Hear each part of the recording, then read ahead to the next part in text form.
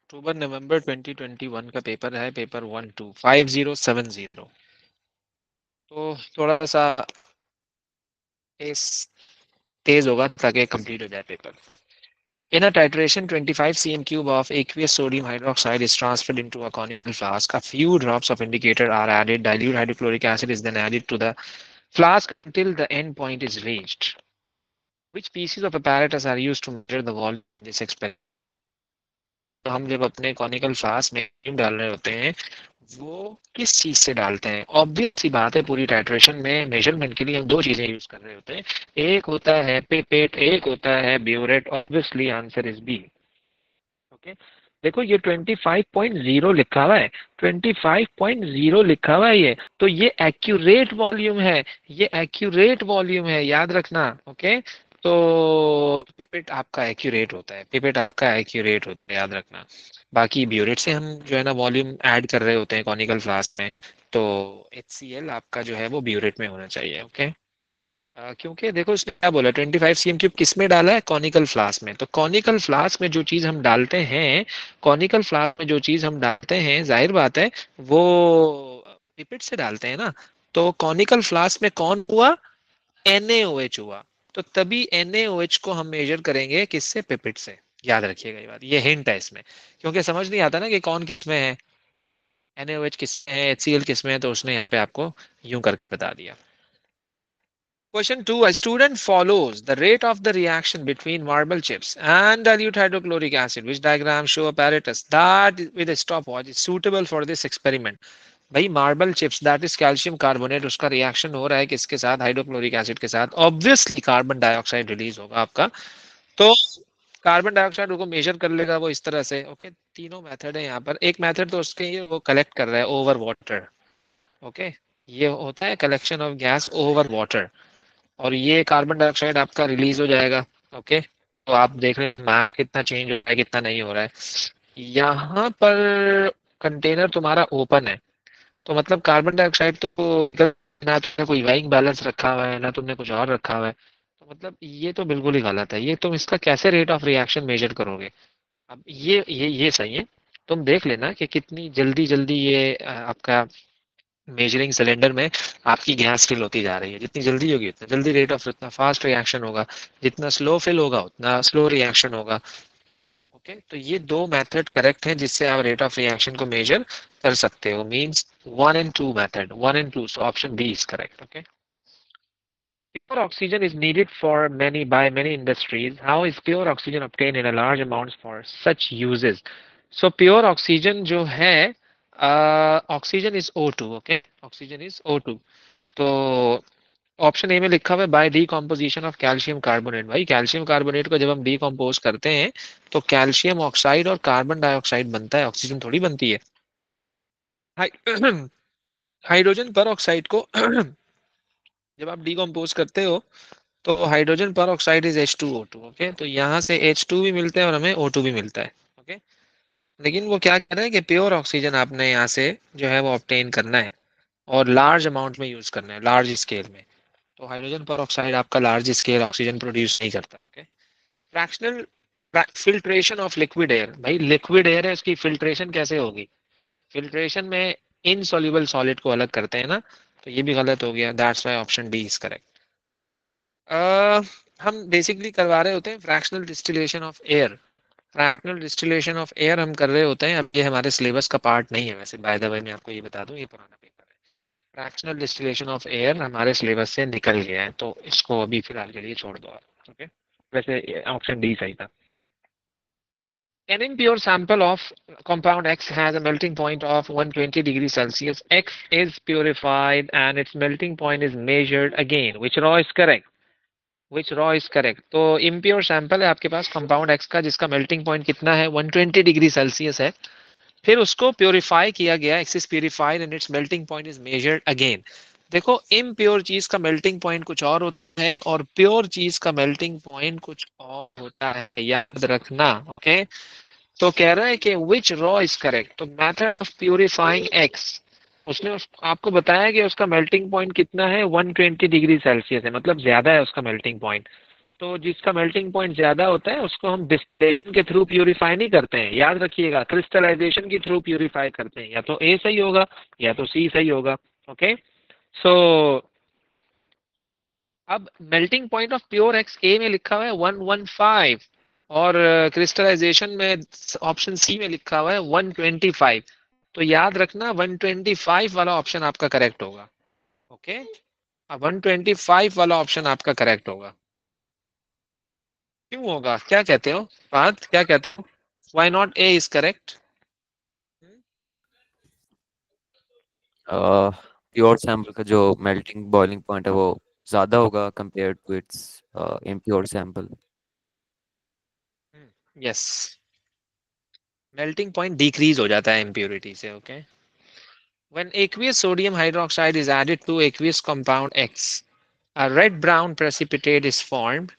When dilute nitric acid is followed by aqueous barium nitrate is added to aqueous compound X, a white precipitate is formed. What is X?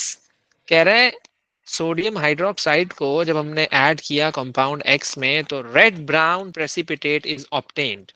Red brown precipitate is obtained. Okay, अच्छा, red brown पता है किसके precipitate होते हैं? Iron 3 के होते हैं। Red brown precipitate किसके होते हैं? आयरन 3 के होते हैं।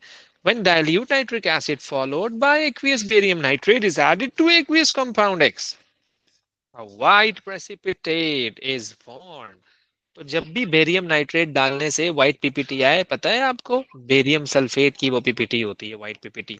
तो आपके पास दो आयॉन्स होने चाहिए, एक आयरन 3 होना चाहिए जिसकी वजह से रेड पीपीटी आ रही है, और एक सल्फेट होना चाहिए जिसकी वजह से व्हाइट पीपीटी आ रही है। तो आपको वो ऑप्शन सिलेक्ट करना है जिसमें आयरन 3 भी हो और सल्फेट भी हो। So that's why option D for doctor is correct. Okay, an aqueous solution of zinc chloride is tested by adding reagents. Zinc chloride को टेस्ट कर रहा है, यानी कि ये ZnCl2 को टेस्ट कर रहा है। Which observation is correct? तो उसने क्या डाला जिंक क्लोराइड में, उसने क्या डाला जिंक क्लोराइड में? Acidified aqueous barium nitrate. Okay, तो क्या मिला उसको? White PPT. यार बेरियम नाइट्रेट जब तुम उसमें डालोगे तो जिंक क्लोराइड के साथ बेरियम नाइट्रेट का आपको प्रोडक्ट क्या मिलेगा? बेरियम क्लोराइड मिलेगा ना। बेरियम क्लोराइड तो व्हाइट पीपीटी नहीं देता, ये तो सॉल्युबल होता है। ये गलत हो गया। Aqueous ammonia, aqueous ammonia, aqueous ammonia जब तुम डालोगे तो forms a white precipitate soluble in excess of the reagent। you know, ये जिंक का टेस्ट है। ये पता है किसका टेस्ट है? ये जिंक का टेस्ट है, जिंक 2 प्लस का, क्योंकि जिंक क्लोराइड में Zn+2 है ना। जिंक क्लोराइड में Zn+2 है ना। ये जिंक का टेस्ट करवा रहा है। पता है आपको, एक्वियस अमोनिया डाला और उसको व्हाइट पीपीटी मिल गई जो कि एक्सेस में सॉल्युबल भी हो गई।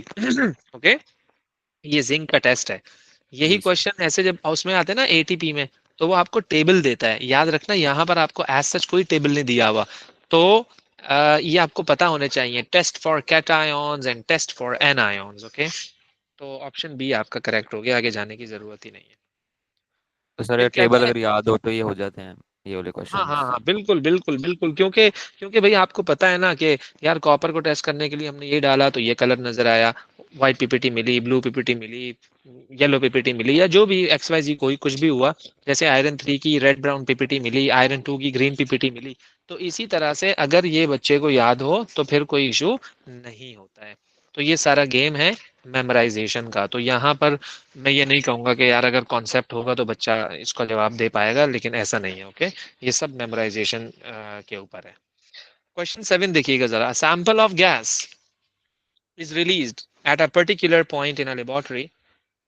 A detecting device is placed 10 meters from the point where the gas is released. This device detects and records the time when the concentration of the gas is 10 molecules in every million molecules of air. The experiment is carried out the two gases at different temperatures. In which experiment was the time recorded by the detector greatest? Greatest time, time by the detector greatest. तो obvious सी बात है, time ज्यादा किसको लगेगा? जिसका molecular mass ज्यादा होगा, है ना। वो स्लो गैस होगी, उसकी स्पीड कम होगी, काइनेटिक एनर्जी कम होगी, वो कम डिफ्यूज करेगी। सो ऑब्वियस सी बात है, ए बी सी डी में से SF6 भी है, CO2 भी है। तो देखो, कार्बन डाइऑक्साइड का तो मॉलिक्यूलर मास होता है 44 44 44। SF6, SF6 SF6 का मॉलिक्यूलर मास मुझे पता तो नहीं है, लेकिन अंडरस्टूड है कि इसका मास ज्यादा होगा, पक्की बात है, विदाउट कैलकुलेशन में आपको बता रहा हूं। फिर बचा क्या, दो टेम्परेचर दिए मैं आपको, एक 20 दिया हुआ है, एक 40 दिया हुआ है। हमने क्या पढ़ा था, diffusion is directly proportional to the temperature, temperature ज्यादा है तो डिफ्यूजन ज्यादा है, टेम्परेचर कम है तो डिफ्यूजन कम है, तो इसलिए option A is correct. Okay, बस समझ आ रही है? जी सर। चलो जी, गुड हो गया, आगे चलो। The table shows data for some particles, sodium ion और blah blah blah, सब कुछ दिया। What are the values of W, X and Y? तो भाई W W W W neutron neutron neutron कैसे निकालते हैं? सोडियम का मास नंबर 23, सोडियम का प्रोटॉन नंबर 11, सोडियम का प्रोटॉन नंबर 11, so 23 minus 11 क्या बचा? 12, 12 12 वाले you have two options, then we have to check X and Y। X क्या है? X नंबर ऑफ इलेक्ट्रॉन है, किसका? फ्लोराइड का। फ्लोराइड बोले तो F माइनस, ओके। वैसे 9 है, इलेक्ट्रॉन कितने हैं इसमें? 10 होने चाहिए, क्योंकि -1 है, सो 10 10 वाले अगेन दो ऑप्शंस आ गए। Then we have to check Y। Y कौन है? प्रोटॉन है, किसका? Mg का। मैग्नीशियम का आयन क्या होता है? 2+ होता है। मैग्नीशियम का प्रोटॉन नंबर क्या है? तो जब आप पीरियोडिक टेबल में जाओगे तो आपको पता लगेगा, इसका प्रोटॉन नंबर 12 होता है। मैग्नीशियम का प्रोटॉन नंबर 12 होता है। आयन के बनने से इलेक्ट्रॉन पे फर्क पड़ता है, प्रोटॉन पे फर्क नहीं पड़ता है, so that's why option C is correct. बहुत आसान है ये तो। A covalent compound P has the empirical formula CH2O, which structure represents P? Which structure represents P? तो भाई इसका जल्दी जल्दी हमें करना ये होता है, CH2O2, C2H4O2, C2H4OO, C3H1 2 3 4 5 6O2। Cancel out करके देखेंगे कौन किससे मैच करता है। नहीं नहीं, ये कैंसिल आउट हो सकता है 2 से, CH2O, सी नहीं हो सकता, C3 ये भी नहीं हो सकता, so option B is correct. समझे नहीं? इजी है, जी सर। गुड हो गया। Which statement about the structure or bonding of metals is correct? Metal, metal, metal, metal, metal क्या होता था? A metal lattice consists of a negative ions। नहीं भाई, नेगेटिव आयन नहीं होते, पॉजिटिव होते हैं। गलत हो गया, ऑप्शन है। Electrons in a metal move randomly through the lattice, या इलेक्ट्रॉन मूव करते हैं, इलेक्ट्रॉन मूव करते हैं लैटिस में, वो भी रैंडम मूवमेंट होती है, so that's why option B is correct. metals are malleable because the ions present are mobile। नहीं भाई, malleable is something else यार, उसका आयन से क्या रिलेशन है? नो नो, कि ions present are mobile, ions थोड़ी मोबाइल होते हैं, इलेक्ट्रॉन्स मोबाइल, मोबाइल बोले तो मूव, मूवमेंट, इलेक्ट्रॉन्स मूव कर रहे होते हैं ना, आयन्स थोड़ी मूव करते हैं। तो दैट्स व्हाई ऑप्शन बी आपका कंफर्म आंसर है। 11 में कहता है the relative atomic mass of chlorine is 35.5। What is the mass of 2 mole of chlorine gas? तो mass is equal to mister moles, mister molecular mass chlorine का। तुम्हें पता है ना कि क्लोरीन का फॉर्मूला क्या होता है? Cl2। तो Cl2 बोले तो एक क्लोरीन 35.5, दो क्लोरीन 71, मल्टीप्लाइड बाय मोल, मोल कितने हैं? 2 हैं, 2 multiplied by 71 would be equal to 142। That's why option D is correct। When gases react, the volume of gaseous reactants may be different from the volume of gaseous products. For which reaction is the percentage change in the volume of gas largest? Assume each reaction goes to completion।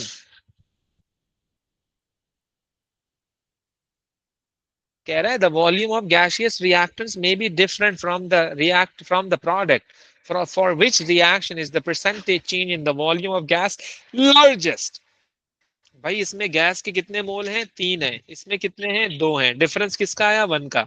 इसमें gas के कितने मोल हैं? 3 है, product में कितने moles हैं? 3 है, कोई डिफरेंस नहीं आया। इसमें गैस के कितने मोल हैं? 4 हैं, इसमें गैस के कितने मोल हैं? 2 है, डिफरेंस कितने का आया? 2 का आया। इसमें गैस के कितने मोल हैं? 7 + 2 9, इसमें कितने हैं? 6 + 4 10, कितना डिफरेंस आया? 1 का आया। So obviously C option is correct, क्योंकि इसमें वॉल्यूम का ज्यादा चेंज आ रहा है। बिल्कुल बेबी क्वेश्चन है, बच्चों वाला सवाल है।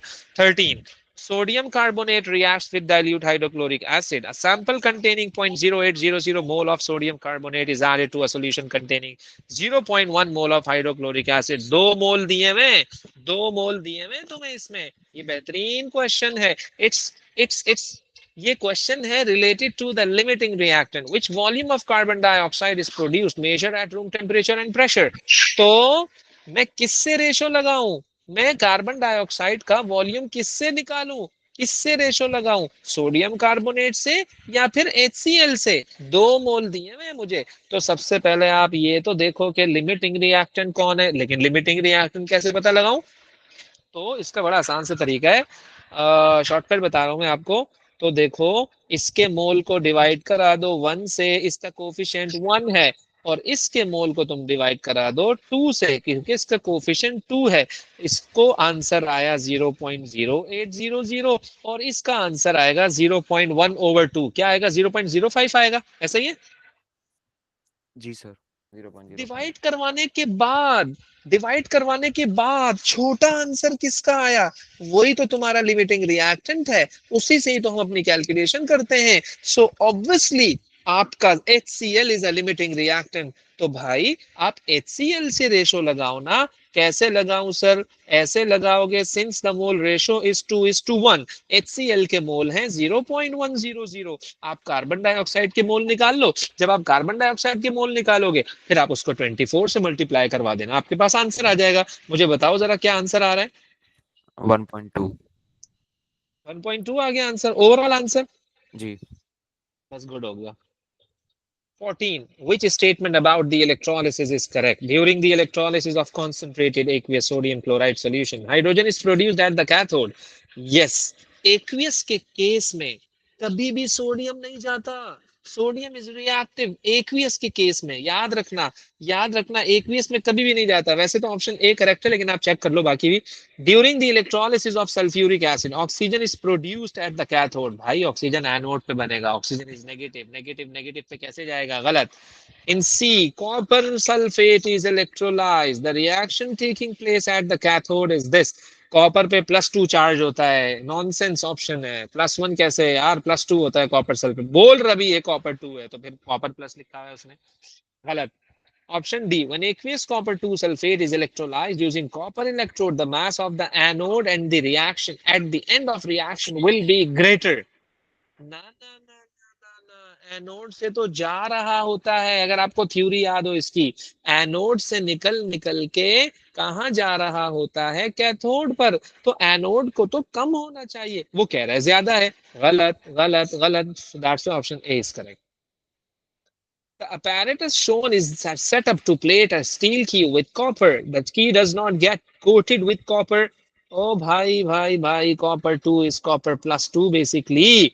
स्टील की को भी पॉजिटिव बनाया हुआ है। हाउ इज दैट पॉसिबल कि पॉजिटिव चीज को तुम पॉजिटिव के पास लेके जाओगे, पॉजिटिव चीज को तुम पॉजिटिव के पास लेके जाओगे, ऐसा नहीं हो सकता, ऐसे नहीं हो सकता, याद रखिएगा। ओके, तो तो कौन सा ऑप्शन इसमें से सही हो सकता है, reverse the electrical reverse. Connections, exactly, positive को नेगेटिव बना दो, कॉपर वहां चला जाएगा। The equation shows the reaction of glucose with oxygen, with statement about this reaction is correct.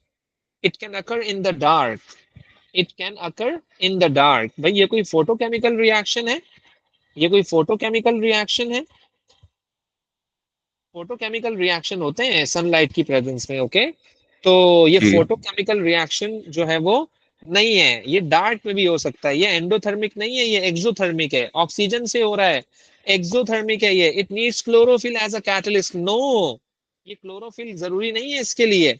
It occurs in plants but not in animals, you know, ऐसा नहीं है, ऐसा नहीं है, ऐसा नहीं है। ब्रीथिंग हो रही है बेसिकली, ये बेसिकली ब्रीथिंग हो रही है ये। तो it can occur in the dark as well. Okay जी।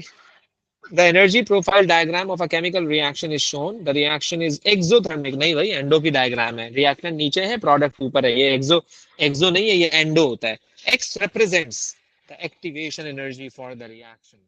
हाँ जी हाँ, या एक्टिवेशन एनर्जी एंडो की ज्यादा होती है, एंडो की एक्टिवेशन एनर्जी ज्यादा होती है। तो ये यहाँ से लेकर यहाँ तक पूरी की पूरी क्या है, एक्टिवेशन एनर्जी है। थ्योरी देख लेना, आपको पता लग जाएगा, हमने यही बताया था आपको। y represents delta h, no, y is not representing the delta h, okay, Y is not representing the delta H for a reaction? Delta H पता है कहाँ से कहाँ होता है? रिएक्टेंट और प्रोडक्ट के बीच में होता है डेल्टा एच, याद रखिएगा। उस ऊपर कहाँ चला गया delta H? G represents the energy, जी सही है, ओके, बट इन्होंने एरो नीचे क्यों बनाया? एंडो है, ऊपर होना चाहिए था एरो को, दैट्स व्हाई डी भी गलत हो गया। The equation shows the reaction for the manufacture of ammonia, which change will decrease the activation energy. Activation energy कौन decrease करता है? Catalyst करता है। ये तो ये तो ये तो straight away यार पढ़ेंगे और पता लग जाएगा कि catalyst तो हमने define ही ये किया था कि it decreases, it lowers the activation energy basically. Apparatus shows a method of following the rate of the reaction between magnesium carbonate and dilute nitric acid. The graph shows the volume of gas collected against time. Which three statements are made about the experiment? The mass of the flask and its contents decreases as the time increases. Obvious सी बात है भाई, जब reaction होता है, मैंने क्या कहा था? मास हमेशा कम होगा रिएक्टेंट का और प्रोडक्ट का बढ़ेगा। फिर क्या कह रहा है टू में? The rate of the reaction decreases as the time. बिल्कुल सही है, जैसे जैसे टाइम गुजरता है वैसे वैसे रिएक्शन स्लो होता है। तो ऑप्शन टू भी गलत, ऑप्शन टू भी करेक्ट हो गया। Statement three, the reaction has finished after 4 minutes. Exactly 4 minute के बाद line becomes straight, means that the volume is not going to change. तो इसका मतलब रिएक्शन स्टॉप हो गया, फिनिश हो गया। ए इज करेक्ट भाई, तीनों स्टेटमेंट सही है। Aqueous bromine is added to aqueous sodium chloride, यानी कि ब्रोमीन का रिएक्शन करवा रहा है सोडियम क्लोराइड के साथ। Since you know that as we go down the group, I am talking about halogens, the reactivity is going to decrease. Bromine is less reactive than chlorine. कुछ भी नहीं होगा, कुछ भी नहीं होगा, रिएक्शन नहीं होगा। Neither oxidation nor reduction. जब रिएक्शन ही नहीं हो रहा तो फिर क्या ऑक्सीडेशन और क्या रिडक्शन? ऑब्वियस सी बात है, ब्रोमीन इज लेस रिएक्टिव। कैसे इसको धक्का देगा, कैसे रिप्लेस करेगा? Impossible, impossible. Which statement is correct for all reversible reactions that have reached dynamic equilibrium? तो भाई डायनामिक इक्विलिब्रियम की definition, the rate of forward reaction is equal to the rate of backward reaction. Which statement about acids and bases is correct? A 0.1 mole per dm cube solution of ethanoic acid has a pH higher pH than 0.1 mole per dm cube solution of hydrochloric acid. देखो उन्होंने तुम्हें concentration दी हुई है, concentration तुम्हें इन्होंने दी हुई है। कह रहा है एथानोइक एसिड की हायर पीएच है। हायर का मतलब समझते हो क्या होता है? हायर का मतलब समझते हो क्या होता है? दोनों एसिड हैं, ये तो पक्की बात है 7 से कम पीएच होगी, ये तो पक्की बात है 7 से कम पीएच होगी, क्योंकि एसिड्स हैं। ओके, एथानोइक एसिड तुम्हारा वीक एसिड होता है और HCl तुम्हारे पास स्ट्रॉन्ग एसिड होता है। स्ट्रॉन्ग एसिड की पीएच कितनी होती है? 1 2 3। वीक एसिड की 3 4 5 6, 4 5 6। तो ज्यादा हायर पीएच है, तो सही है ना? सही तो बोल रहा है। फिर भी देखते हैं B option, all bases dissolve. ये किसने कहा? alkali dissolve, alkali dissolve. Bases react with nitrates, no, bases react with ammonium NH4 plus। ये नहीं कि मतलब नाइट्रेट से थोड़ी रिएक्शन करके अमोनिया प्रोड्यूस करता है ना, ये भी गलत है। Oxides of metals are always acidic, भाई बेसिक होते हैं, मेटल के ऑक्साइड्स बेसिक होते हैं, नॉन मेटल के ऑक्साइड एसिडिक होते हैं। ओके, दैट्स व्हाई 22 का A is correct. Which compound can be formed by precipitation? Precipitation क्या बनाता है? Insoluble salt। तो चारों में से insoluble कौन है? चारों में से insoluble कौन है? क्या कहते हो? बिल्कुल बच्चों वाला सवाल है, कौन insoluble है? हाँ, ये लेड सल्फेट, डी। गुड हो गया जी, यस, दिस इज insoluble। तो ये बनेगा precipitation method से। Which methods could be used to make a pure sample of copper 2 sulfate? Which methods could be used to make pure sample of copper 2 sulfate? Copper 2 sulfate soluble है, वायदा में मैं आपको बता दूं ये बात। तो भाई acid plus metal carbonate, acid plus metal carbonate, acid ले लो H2SO4 और कॉपर कार्बोनेट, हाँ हो जाएगा, बन जाएगा कॉपर सल्फेट, बन जाएगा। Acid plus metal oxide, copper oxide ले लो, हाँ बन जाएगा। लेकिन सिर्फ मेटल लोगे? नो, नो, प्रेसिपिटेशन से इनसॉल्युबल सॉल्ट बनता है। 1 and 2 means A is correct. 25. Ammonia is made by a reversible reaction. A chemist investigates how the percentage of ammonia at equilibrium changes with pressure. The experiment is carried out both at 250 and 350 degrees Celsius. Which graph shows the chemist's results? हाँ जी, option A में 350 पे देखो और 250 पे product देखो, यानी percentage of ammonia ज्यादा बन रहा है ज्यादा टेम्परेचर पर। ना ना ना ना, ये गलत है क्योंकि reaction is exothermic.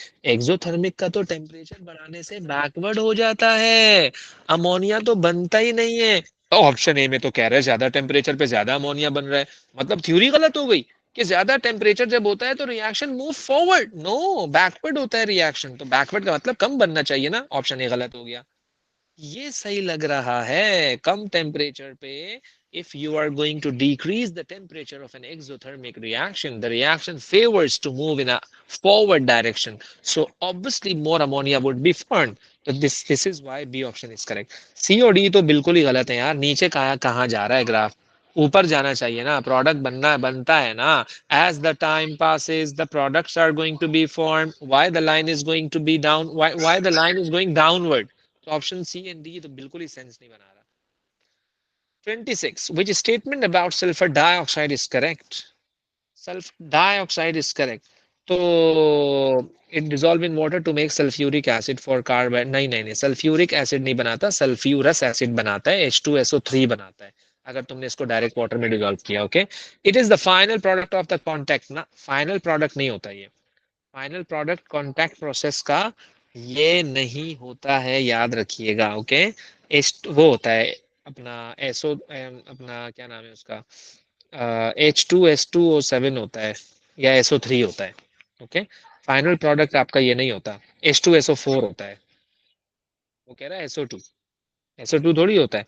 It is used as a food preserve, हाँ ये सही है, सल्फर डाइऑक्साइड को हम एज अ फूड प्रिजर्वेटिव लेते हैं। okay?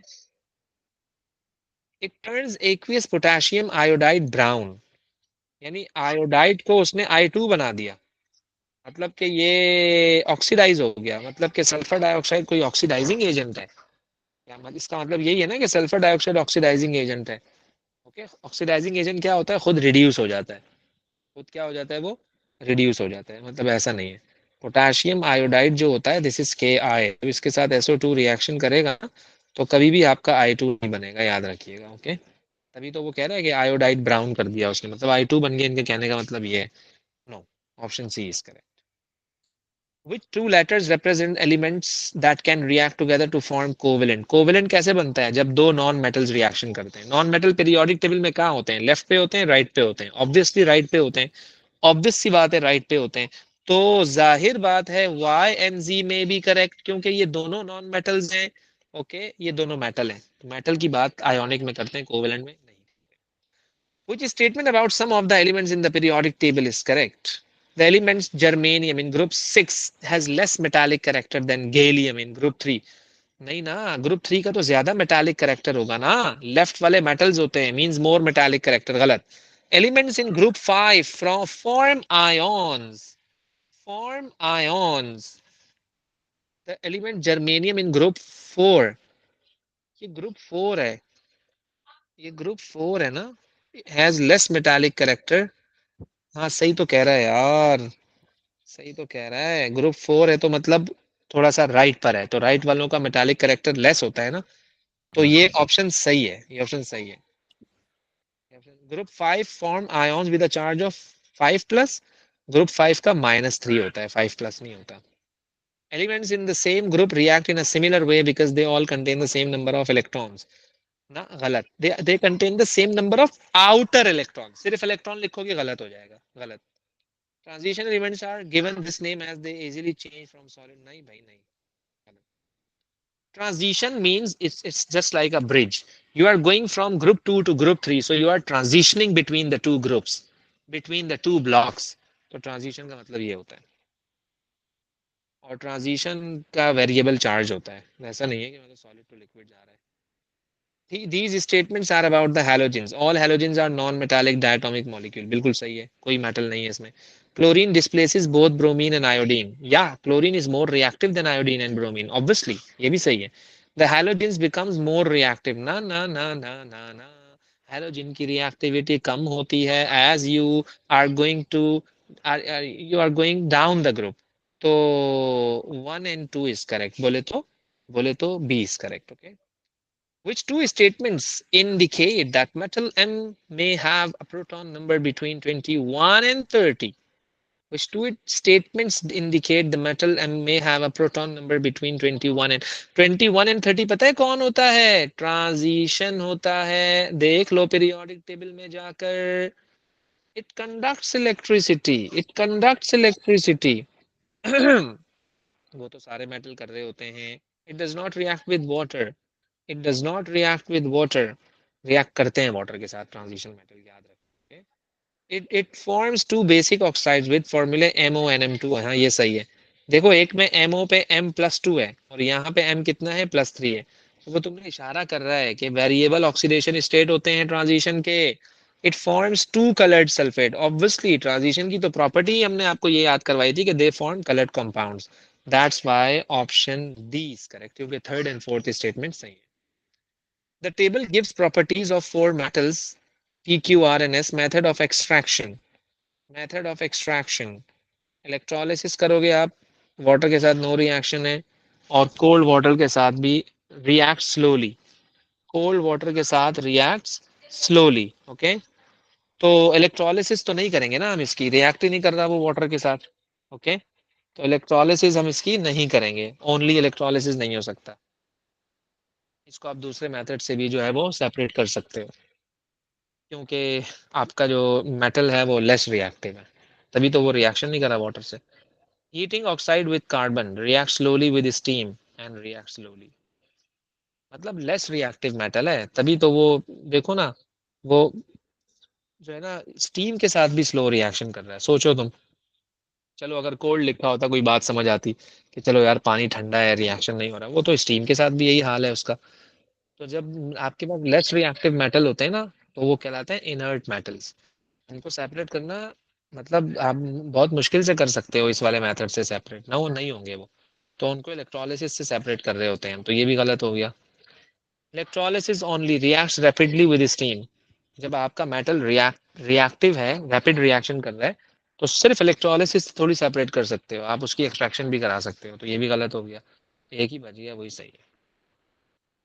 तो वो मेटल जो बिल्कुल ही लेस रिएक्टिव होते हैं, हम उनको ऐसे सेपरेट कर रहे होते हैं, हीटिंग ऑक्साइड विद कार्बन. जैसे आयरन ऑक्साइड का हमने रिएक्शन कराया था कार्बन मोनोऑक्साइड से ना, तो उसकी एक्सट्रैक्शन इस तरह हो रही थी. तो ये उनके लिए होता है जो मेटल बिल्कुल ही लेस रिएक्टिव होते हैं. मतलब ये याद रखिएगा. Okay.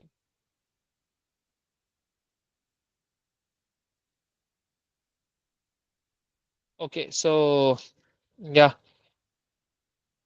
Which statement is correct. नीचे लिखे हुए हैं. Okay okay okay. नीचे लिखे हुए हैं P is the least reactive. P is the least reactive. क्या कहते हो? P is the least reactive. P electrolysis only, water के साथ नो रिएक्शन, जबकि एसिड के साथ रिएक्ट कर रहा है. तो लीस्ट तो नहीं हो सकता ना, रिएक्ट कर रहा है ना यार ये. Q would displace R. Q would displace R from a solution of its salt. देखो Q जो है वो रिएक्ट स्लोली विद स्टीम, और मतलब स्टीम के साथ भी स्लो रिएक्शन कर रहा है. तो क्यू तो लेस रिएक्टिव हो गया ना मेटल के. क्यू तो मेटल लेस रिएक्टिव हो गया क्योंकि वो स्टीम के साथ भी स्लो रिएक्शन कर रहा है. तो क्यू कैसे पी को डिस्प्लेस कर सकता है? नो. फिर कह रहे हैं R could be zinc. R could be zinc. Zinc rapidly with steam और रिएक्ट्स रैपिडली. जिंक की अगर तुम बात करो ना, तो जिंक के जो सॉल्ट्स होते हैं, जरूरी नहीं है कि तुम उनको इलेक्ट्रोलिसिस के थ्रू सेपरेट करो, हम उनकी एक्सट्रैक्शन भी करवा रहे होते हैं. तो ये भी गलत हो गया. आर भी गलत हो गया. पीछे बचा S could be copper. S देखो कॉपर ऑक्साइड का अगर तुम रिएक्ट करवाओगे कार्बन से तो ये रिएक्शन हो जाएगा, कॉपर अलग हो जाता है. और मजे की बात है कि कॉपर ना तो वाटर से रिएक्ट करता है ना ही एसिड से रिएक्ट करता है, कॉपर इनर्ट है, कॉपर इनर्ट मेटल है, अनरिएक्टिव है। So option D is correct. Which statements about extracting metals from their ores are correct? Aluminium is extracted by the electrolysis of aluminium oxide dissolved in cryolite. Yes. Al2O3 formula होता है इसका, और cryolite हम इसलिए डालते हैं ताकि उसका मेल्टिंग पॉइंट कम हो जाए। Silver is difficult to extract from its ore because of its low reactivity. Because of its low reactivity. नहीं, ऐसा नहीं है। Silver is difficult to extract from its ore. तो अगर इसकी लो रिएक्टिविटी है फिर तो एक्सट्रैक्ट तुम इसे सही कर सकते हो ना। और दूसरा ये कि सिल्वर तो लेस रिएक्टिव मेटल है, ये अपनी नेटिव फॉर्म में ही एग्जिस्ट कर रहा होता है ज्यादातर, इसका कोई और नहीं होता, यानी जैसे आयरन वगैरह के होते हैं ना, क्योंकि सिल्वर तो बिल्कुल ही रिएक्टिविटी सीरीज में नीचे की तरफ आ रहा होता है, तो ये गलत है। Iron is extracted from haematite by reduction in the blast furnace. ये तो प्रॉपर टॉपिक है हमारा मेटल वाले चैप्टर में, एक्सट्रैक्शन ऑफ आयरन का। तो उसमें हम आयरन को सेपरेट कर रहे होते हैं हेमाटाइट से। हेमाटाइट का फॉर्मूला क्या होता है? Fe2O3। तो वहां से तुम आयरन को बड़ी आसानी से सेपरेट कर सकते हो। So that's why option B is correct. 33 देखिएगा, which statements about the corrosion of iron are correct? Corrosion can be prevented by the coating the iron with zinc. Coating the iron with zinc. Yes, क्योंकि zinc is more reactive, तो इसको हम कहते हैं sacrificial protection. Corrosion only occurs in the presence of both air and water. ये भी सही है। Rust is an alloy of rust alloy नहीं होता, rust compound होता है। That is Fe2O3. Sacrificial protection occurs when the iron is connected to a less, नहीं भाई, more reactive से जब connect हो। तो 1 and 2 का मतलब A सही है। In the extraction of aluminium from aluminium oxide, the following three reactions take place. Okay, which reaction take place at the positive? Positive बोले तो एनोड, एनोड पे पॉजिटिव होता है, तो पॉजिटिव पे कौन जाएगा? नेगेटिव जाएगा ना। नेगेटिव किसके ऊपर है चार्ज? ऑक्सीजन के ऊपर है। नेगेटिव किसके ऊपर है? ऑक्सीजन के ऊपर है, ऑब्वियस सी बात है। तो तो जब ऑक्सीजन जाएगा, ऑक्साइड जाएगा O2 माइनस, तो क्या फॉर्म करेगा? ऑक्सीजन। और ऑक्सीजन रिएक्ट कर लेगा कार्बन से और क्या बना लेगा? Carbon dioxide. तो option D is correct. Option D is correct. Okay, which statements are correct? Chlorination is used to remove unpleasant taste. Chlorination unpleasant taste थोड़ी remove करता है, क्लोरीनेशन थोड़ी करता है अनप्लेजेंट टेस्ट, नो। वो तो वो करता है, चारकोल कर रहा होता है। Desalination can be achieved using distillation. Yes. Desalination means removal of salt from water. तो उसको तुम distillation करा दो, मसला नहीं है। The presence of phosphates in water with and soil encourages plant growth. या phosphorus, phosphorus ही तो need है plant की, तो या so means that 2 and 3 दोनों statements आपकी क्या है? सही है, तो C is correct. Two isomers are shown. Which statements about these isomers are correct? They have the same empirical formula. They have different molecular formula. They are members of the same homologous series. देखो दोनों member तो same है, ये तो पक्की बात है। Because both are alkanes. Because both are alkanes. That's the reason. Okay. So they belong to the same homologous series. And then option two में क्या कह रहा है? ऑप्शन टू में क्या कह रहा है? They have different molecular formula. नहीं भाई, ये तो आइसोमर है ना यार। आइसोमर की तो डेफिनेशन यही होती है ना कि they have the same molecular formula but different structure. So option three और ऑप्शन वन ये दोनों स्टेटमेंट सही है, means B is correct. A hydrocarbon compound Q has molecular formula CXHY. Q reacts with hydrogen to form a single product with molecular formula this. Which statement about Q is correct? Which statement about Q is correct? Formula दिया हुआ है आपको hydrocarbon का। Hydrocarbon का मतलब यही होगा ना कि उसमें सिर्फ कार्बन और हाइड्रोजन होगा, उसमें सिर्फ कार्बन और हाइड्रोजन होगा। तो Q does not burn in air. क्यों भाई? हो सकता है ना, बर्न तो होगा, जाहिर बात है। Q is a saturated hydrocarbon. I cannot say कि it's only unsaturated भी हो सकता है यार, सिंगल सिंगल बॉन्ड भी हो सकता है, डबल भी हो सकता है। मेक सेंस ना, कॉमन सेंस की बात है। Q reacts with bromine to form a single product with molecular formula this. Q reacts with bromine to form a single product. तो कहता है, अच्छा ये +2 लिखा हुआ है, ये एल्केन को इशारा कर रहा है, ये एल्केन को इशारा कर रहा है, तो एल्केन तो आपका एडिशन रिएक्शन नहीं करता ना, क्यों, तो आपका एडिशन रिएक्शन नहीं करता है, ओके, मतलब ब्रोमीन उसमें आकर ऐड हो गया, एडिशन रिएक्शन एल्केन कब से करने लग गया, नो, गलत हो गया, तो D is correct, so D is correct, okay. जी सर।